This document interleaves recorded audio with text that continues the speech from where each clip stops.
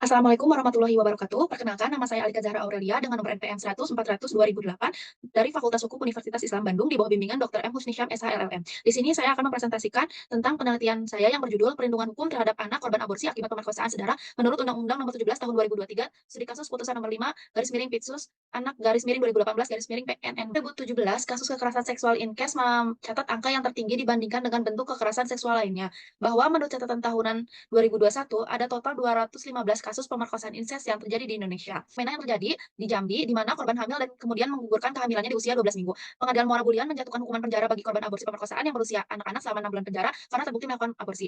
Pengaturan aborsi diatur dalam Undang-Undang 17 tahun 2023 tentang kesehatan pada pasal 60 ayat 1 yang berbunyi setiap orang dilarang melakukan aborsi kecuali dengan kriteria yang diperbolehkan sesuai dengan KUHP. Pidana juga dijelaskan pada pasal 346 tentang aborsi yang beridentifikasi masalah. Yang pertama, bagaimana konsep aborsi indikasi medis dalam Undang-Undang Nomor 17 tahun 2023 tentang kesehatan. Yang kedua, bagaimana perlindungan hukum aborsi yang dilakukan anak di bawah umur korban pemerkosaan insest menurut Undang-Undang Nomor 17 tahun 2023 tentang kesehatan. Jenis penelitian, metode penelitian menggunakan hukum normatif, teknik pencariannya perpustakaan, teknik analisis data, data yang digunakan dalam penelitian ini diolah secara kualitatif dan disajikan analisis deskriptif. Teknik pengumpulan data, bahan hukum primer, bahan hukum sekunder, bahan hukum tersier. Metode pendekatan, perundang-undangan pasal 60 nomor 23 tahun tentang kesehatan. Hasil penelitian. Terkait dengan isu pemerkosaan, hukum positif Indonesia telah mengatur hukuman bagi pelaku kekerasan seksual melalui pasal 285 hingga pasal 296 KUHP. Dalam hukum positif Indonesia, yaitu dalam Kitab Undang-Undang Hukum Pidana, secara eksplisit diatur dalam pasal 346 hingga pasal 348 bahwa tindakan pengguguran atau mematikan kandungan yang dikenal sebagai aborsi dianggap sebagai tindakan kejahatan. Hal ini juga diperkuat oleh ketentuan dalam pasal 75 ayat 1 Undang-Undang Nomor 36 tahun 2009 tentang kesehatan yang melarang setiap individu untuk melakukan aborsi. Perbuatan pidana tersebut dijelaskan pada pasal 463 KUHP. Undang-Undang Nomor 23 tahun 1992 tentang kesehatan ada elemen yang mengatakan tidak semua aborsi itu adalah abortus provocatus criminalis, tetapi ada juga aborsi provocatus medicalis. Selanjutnya mengalami perubahan melalui Undang-Undang Nomor 36 tahun 2009 tentang kesehatan. Perubahan undang-undang tersebut mengatur secara jelas tentang aborsi dan memberikan pengecualian untuk melakukan aborsi dengan kriteria tertentu, yaitu indikasi kedaruratan medis atau kehamilan akibat perkosaan. Undang-undang ini juga mengatur ketentuan pidana bagi pelaku aborsi yang tidak sesuai kriteria. Lalu undang-undang ini dirubah dengan Undang-Undang Nomor 17 tahun 2023 yang di mana undang-undang ini diatur dalam tentang hanya menjelaskan bagaimana prosedur tentang aborsi yaitu pelaksanaan tindakan medis. Namun substansinya tidak diatur, dikembalikan kepada KUHP dan ini menimbulkan ketidakpastian hukum. Karena KUHP yang dimaksud adalah KUHP yang baru dan KUHP ini mulai berlaku pada 2026. Jika dikembalikan kepada KUHP yang lama, maka akan terjadi kemunduran dalam pengaturan atau tidak kepastian hukum tentang pelaksanaan tindakan aborsi. Akibat dari hubungan insest ini mengakibatkan kehamilan yang membawa dampak serius, terutama kepada bayi dalam kandungan memiliki resiko lebih tinggi untuk mengalami penyakit genetik. Korban perkosaan mendapatkan hak abortus, korban harus melalui serangkaian konseling. Konseling ini berupa konseling pratindakan dan diakhiri dengan konseling pasca tindakan yang dilakukan oleh perempuan yang melakukan aborsi yang dilakukan oleh konselor.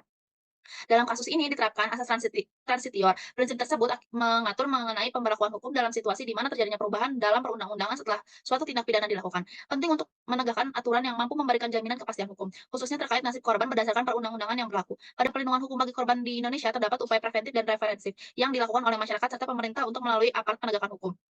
Pelindungan hukum pada korban pemerkosaan, akibat aborsi provokatus tersebut ditinjau dari Kitab Undang-Undang KUHP yang berlaku sebagai Lex General dan juga berdasarkan ketentuan yang terdapat dalam Undang-Undang Nomor 17 Tahun 2023 tentang kesehatan yang berlaku sebagai asas lex spesial yang merupakan pengganti dari UU Kesehatan yang lama, yaitu Undang-Undang Nomor 17 Tahun 2023 dalam menjatuhkan putusan. Keputusan hakim harus mencerminkan keadilan, akan tetapi persoalan keadilan tidak akan berhenti dengan pertimbangan hukum. Undang-undang aborsi yang seharusnya untuk melindungi korban, terutama anak-anak yang melakukan aborsi seperti kasus di PN Muara Jambi, belum memenuhi rasa keadilan sebagai di mana hal ini bertentangan dengan Undang-Undang Kesehatan dan KUHP yang membuat tentang pengecualian tindak aborsi akibat pemerkosaan. Aborsi karena pemerkosaan sedara dapat termasuk dalam kategori bukan perbuatan hukum karena pada pasal 48 KUHP menyatakan bahwa setiap orang yang melakukan tindak pidana karena keadaan mendesak atau overmah tidak dapat dipidana. Sehingga bahwa tindakan pengguguran kandungan atas indikasi medis dapat dikenai pidana, terutama jika tidak dilakukan dalam konteks kedaruratan medis. Kedaruratan medis yang dimaksud terdapat indikasi medis yang memfokuskan terhadap ibu dan anak, yang dapat menyebabkan trauma berkelanjutan yang dampaknya mengakibatkan dampak buruk terhadap kesehatan ibu dan anak. Perlindungan hukum terhadap anak korban kekerasan seksual menurut hukum positif harus memberikan perlindungan hukum. Pertimbangan hakim tidak memberikan pertimbangan putusan dalam memutuskan perkara insest ini, karena memutuskan aborsi dalam kasus ini merupakan aborsi provocatus criminalis. Saran, penulis memiliki saran kepada penegak hukum untuk memberikan pertimbangan hendaknya lebih mempertimbangkan keadaan korban yang masih di bawah umur untuk dapat mengembangkan kontrol diri dan untuk menghindari pengaruh negatif terhadap anak yakni stigma mental dengan adanya upaya referensif di mana dengan mengadakan penyuluhan hukum untuk meminimalisir aborsi dari karena insest dan untuk menumbuhkan kesadaran hukum positif dalam masyarakat. Adanya perbaikan hukum khususnya terkait tenggang waktu aborsi yang diatur dalam Undang-Undang Kesehatan, sehingga jurisprudensi dan penerapannya khususnya dalam bidang kesehatan atau kedokteran dapat dipahami dan diharapkan perlu adanya sikap dan tindakan yang proaktif dari keluarga, lembaga hukum, lembaga pendidikan, dan lembaga keagamaan serta lembaga lainnya untuk memberikan perlindungan terhadap dimanapun yang berada serta pengawasan intensif dari lembaga di luar penegakan hukum terhadap kasus-kasus yang seperti ini. Presentasi dari saya, mohon maaf bila ada kekurangan. Wabillahi taufiq wal hidayah. Wassalamualaikum warahmatullahi wabarakatuh.